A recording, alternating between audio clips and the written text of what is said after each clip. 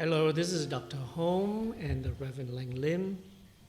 This is Pandamix, Healing Conversations in Between Times. In this episode, we're going to dive further into the dimension of political healing in the political dimension.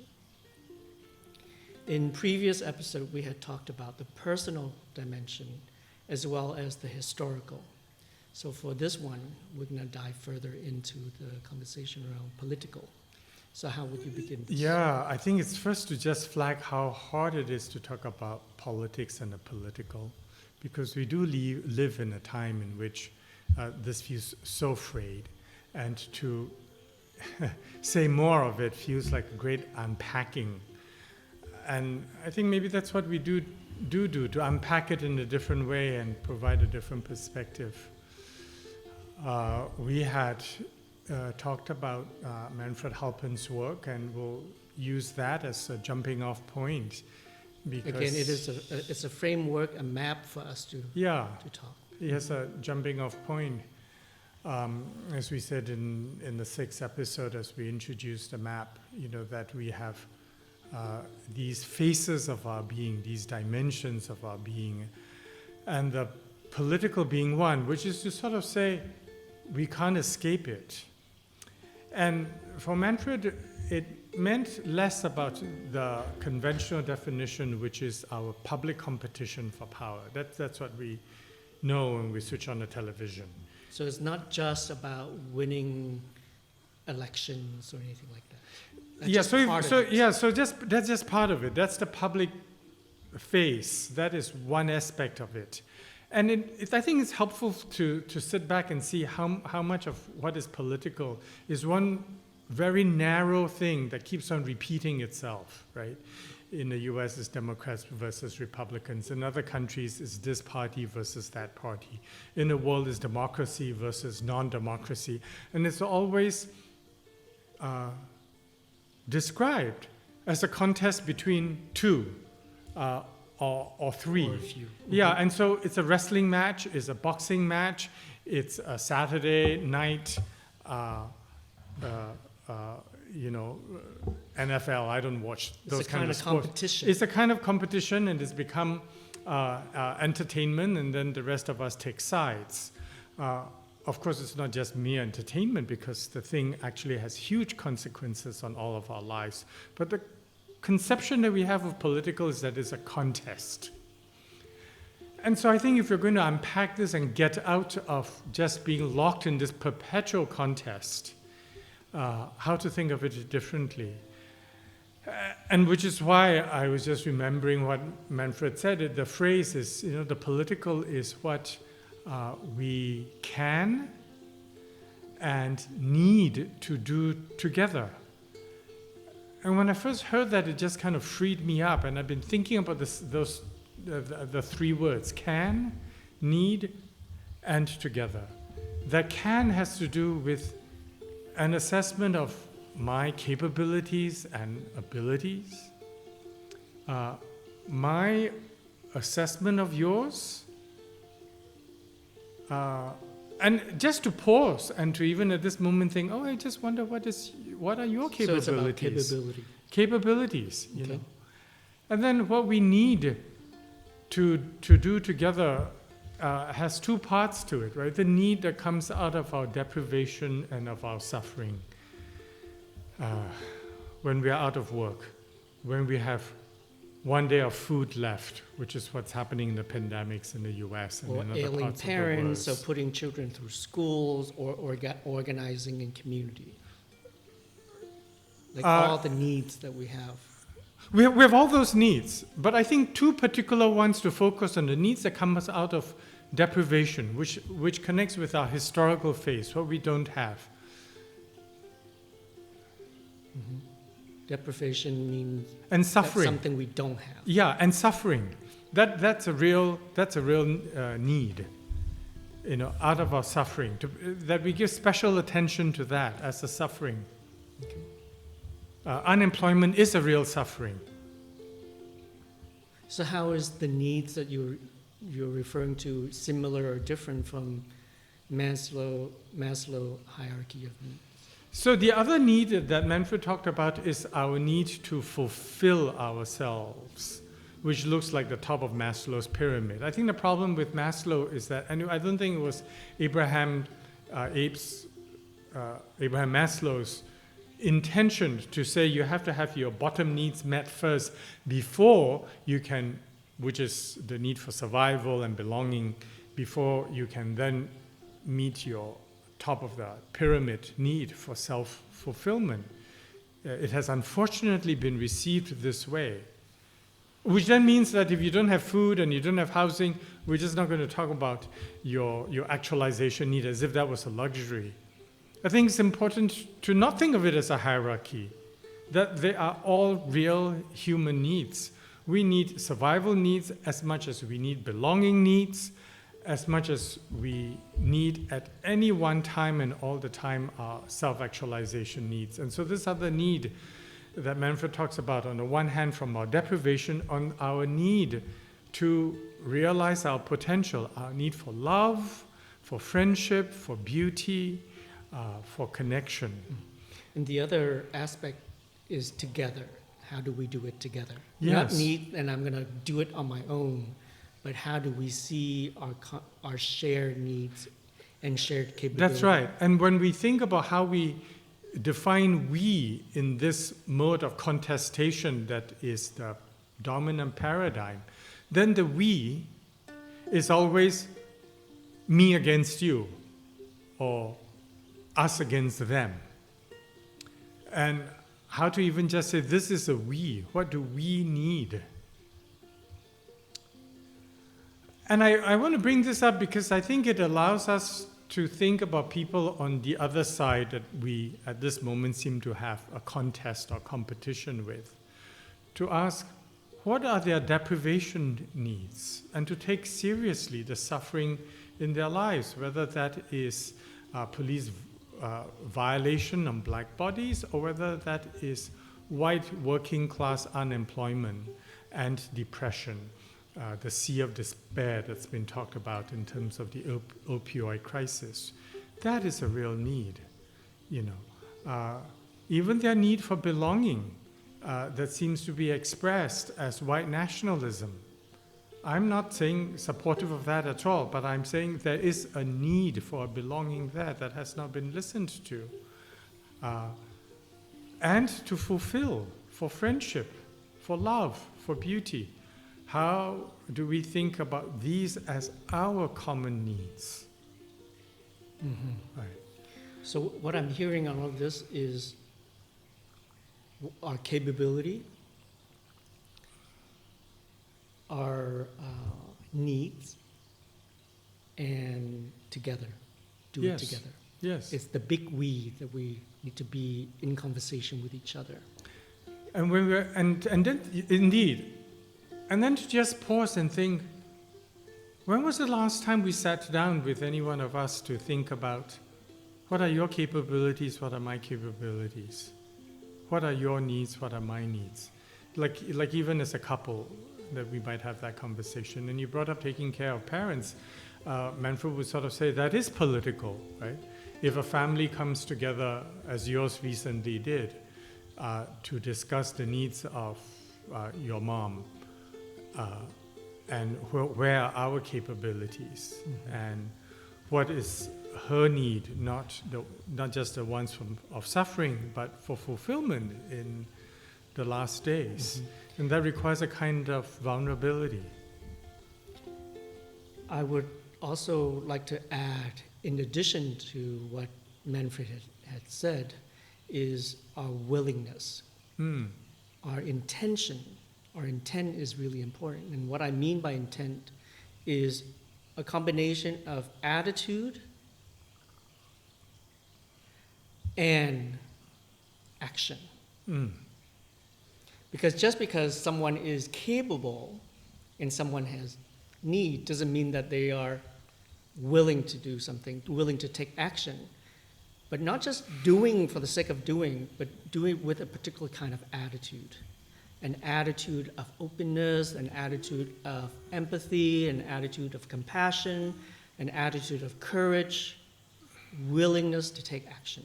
So this is where I think the political dimensions come alive for all of us.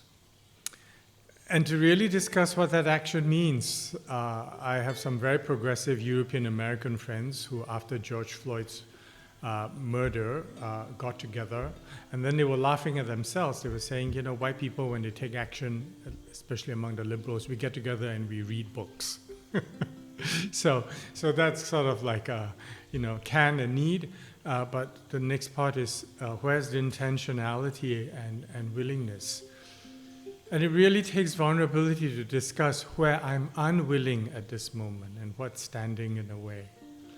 Mm-hmm. But I think just as interesting enough or important is when we are political, then in the service of what drama of life are we in that we had touched on in episode 6, the drama of emanation, in the service of this awe-inspiring power, or in the service of incoherence where we're not even thinking about what inspiring power. We're just compartmentalized and running along and not even asking the questions, the real questions anymore.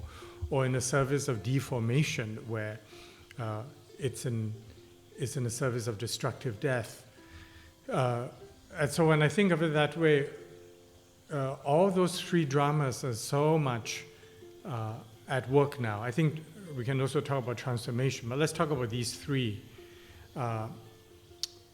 That, at least in the US, where we may have made our home, the whole politicization, another way to talk about it is, this is all in the service of emanation. People are enthralled to isms, isms. Nationalism. American exceptionalism. Americanism. America being great again is on the right, but on the so-called left is pluralism, inclusionism. So if we can have a brown face, an Asian face, that counts because we have fulfilled an ism. Pull it apart a bit more and ask, what are you really trying to say, and what is it you really want? That's not there. And so it's really like a religious war, in a sense. And so what's happening is different groups, different people are so identified with the idea, American greatness, American inclusion, whatever it is, with these ideas, that the self is there in the idea. And that's an emanational relationship, unquestioned. And if you question it, then you are my enemy, because I have to defend my God against you. And that in emanation, what happens is that God, the ism, whatever that ism, that belief, that dogma makes us right. But then I don't have to really be with the actual reality of you and you. What is your personal face? What is your historical face? Mm-hmm. What is your political needs? And to really sit and be open. And it's really very hard. As I'm listening to you, I'm also aware that when we are in the drama of incoherence, and I would say we are in it right now, in the United States and in many parts of the world,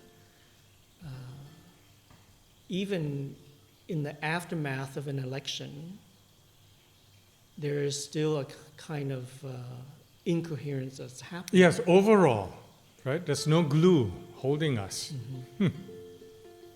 I mean, we still have a president who still insists in fraud, and the election He doesn't believe in the outcome of it, and still a lot of people still believe him. Yeah. And then we have on the other side, people who like, oh, Biden will save the day and Kamala Harris will save democracy and let's go back to normal. And, the good angels have arrived now, you could say that. I mean, this is every election, this is happening. Depending on which side you are on, the good angels have arrived to save us.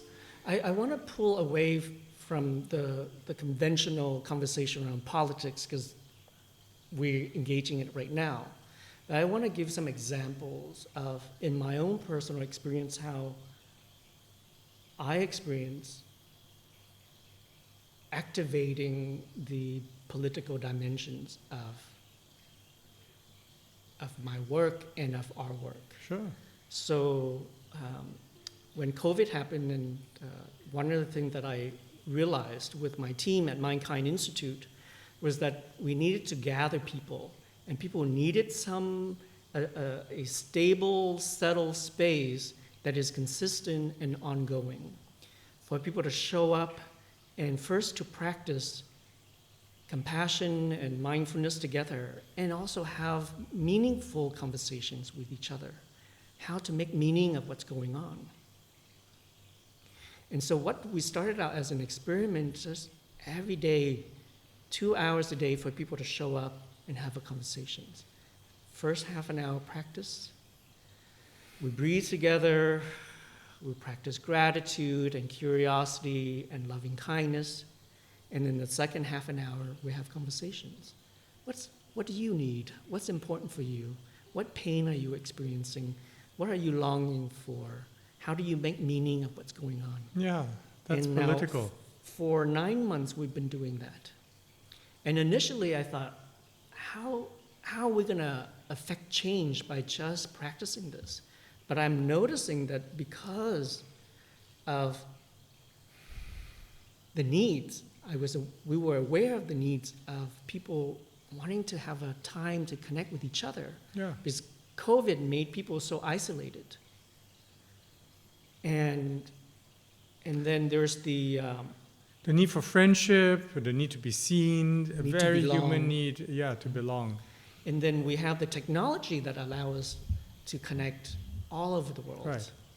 And then there's the willingness to say, show up and be present. Yeah, that activated it, isn't it? I mean, some people came only when they had needs, and then when they felt reassured, then they dropped away. And then you started saying, actually showing up itself will build a certain muscle. Yes. So keep this commitment, be willing to show up for self and for others. So I would say between the two of us, Pandamix is a kind of political act, in a sense that we decide that you and I need to have this conversation with each other and need to have these types of conversations with our friends and our family around what's going on. And we're capable in that we're willing. Yeah. And so this is a kind of an exercise and a practice of political dimension right now. I would like to think so. And yet at the same time, I'm also someone that says, Leng, are you kidding yourself, So I think there's always a certain kind of a check-in we must do with ourselves in terms of the sincerity and the rigor with which we do it, and to still be open. And I like to think that has to do with our capability of self-reflection and inquiry. Well, I hope others will be the ones who say we are reflective enough. But I would say one thing that reassures me of my own constant check-in is to bring in the historical. I have certainly been part of groups that have done the hugs, and they're important, an important part of needs. But where the full person doesn't show up, and oftentimes the full person that doesn't show up is the historical dimension, particularly when here we're talking about grave social inequality, whether it's economic inequality or the racial inequality. We repress the historical. So or I think I would then also argue that some people also repress other dimensions. Some people just focus on the political and become activists, but they ignore the personal dimensions or the sacred dimensions. So I think the point that I sense you're underlining here is it's really important for us to integrate the different dimensions of ourselves. yeah. And historical, I would say, particularly for Americans who are ahistorical, meaning a kind of Well, amnesia. half the country that, yes, right, yes, the large proportion that are ahistorical tend to be the ones for whom, if they looked at the history, they will feel accused. So this is where some of the political, in the service of incoherence, come in. Yes, because it's compartmentalized, right? In the drama of incoherence, we are competing, we are running, we don't think about what might give ultimate meaning, what holds us together anymore, and so we're just running, and compartmentalization of self and of our lives with each other is one. I think, and then compartmentalization also very quickly goes into, compartmentalization very quickly goes into deformation. What do you mean by that? Like, give some example of when we compartmentalize. What's an example of that? And then when we stuck to that compartmentalization, how does that lead to deformation? So, for example, with the whole COVID, right?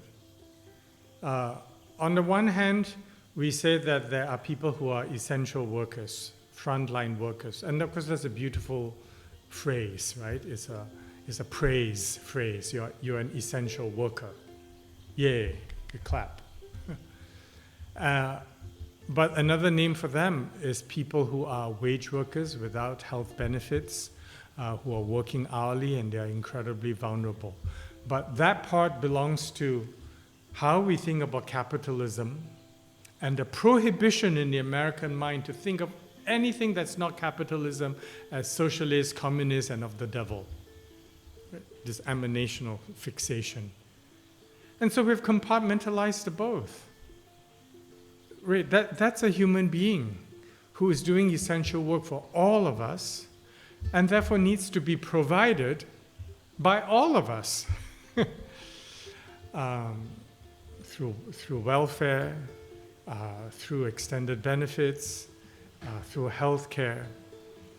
So because we have lived with compartmentalization so long as a culture, the two don't come together at this time of the crisis.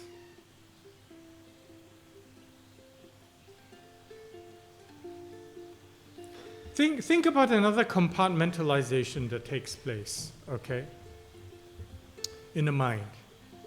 The Western world has said of itself over and over again, we are the most developed, we are the most evolved.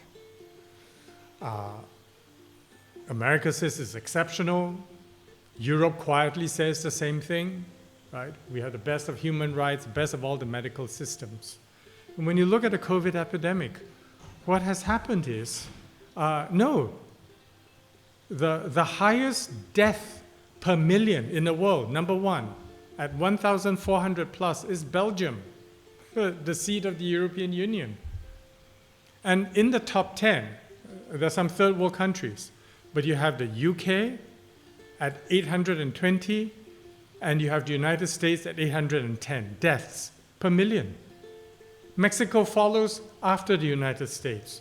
This is the country that keeps on saying, we are way better than Mexico. The death rates are the same per million. And so where's the compartmentalization in the mind, this incoherence to fully grasp that this is something really, really wrong. And so this is incoherence or deformation? So the dramas intersect so quickly, don't they? And I would say that's deformation, because the dramas of incoherence that had gone on and on, of just simply profit making and carrying on with life and bankrupting healthcare systems by exploiting them, has led now to destructive death. These are real people dying. And then you see these ideologies that come up to say, well, maybe we will have herd immunity at the end of the day. Very fancy clinical scientific statements. But the end of it is deformation as a way of life now. Because it's saying we are willing to let people die. And we've been saying this, and we've noticed it's hard for our Western friends in America and in Europe to fully grasp what we are trying to say to them when we are saying in East Asia, Japan has only 18 deaths per million. Vietnam has less than 10. No, per million, less than, it has 35 deaths altogether. Per million, Vietnam is 0.4 deaths per million. China is 3 deaths per million. As a percentage. So I know that you put out these facts, I think, which is important to understand, but I want to bring back. No, home. We are describing, we're trying to keep on getting our Western friends, we are Westerners ourselves, to grasp that they are in the drama of deformation. This is destructive death. And to arrest destructive death, part of it is to pile on the statistics. Any other way to wake up so that we can be full beings and not be compartmentalized and come up with all sorts of reasons to say, well, that's because of this. It's mostly old people that have all sorts of diseases anyways. Enormously important to grasp when deformation is taking place. Okay.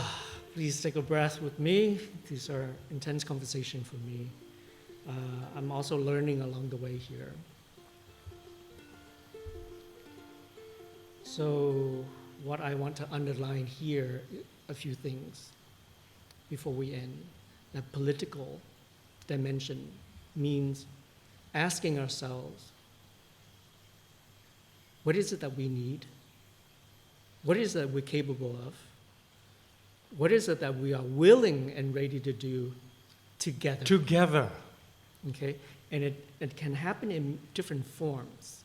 And then also then pay attention to what is it that I'm still attached to in terms of the emanation dimension, the dramas, like, oh, I want Biden to save democracy, or I want, whatever else. The danger there. So Yeah. it's really important to wake up to that. And then I think the also noticing the compartmentalization. Yes. Let me just don't pay attention to that. I'm going to ignore that. I'm just going to focus on this. And then actually come to terms with what is it that we are succumbing to. Yes, that's right. Yes. And if the death is happening, keep on really looking at it, because it will teach you something. Okay, I'm aware of the time, so we're going to bring this episode to a close. Thank you for listening to us. Please take a breath with us, and we continue this conversation in the next episode. Thank you. Thank you. Please join us again.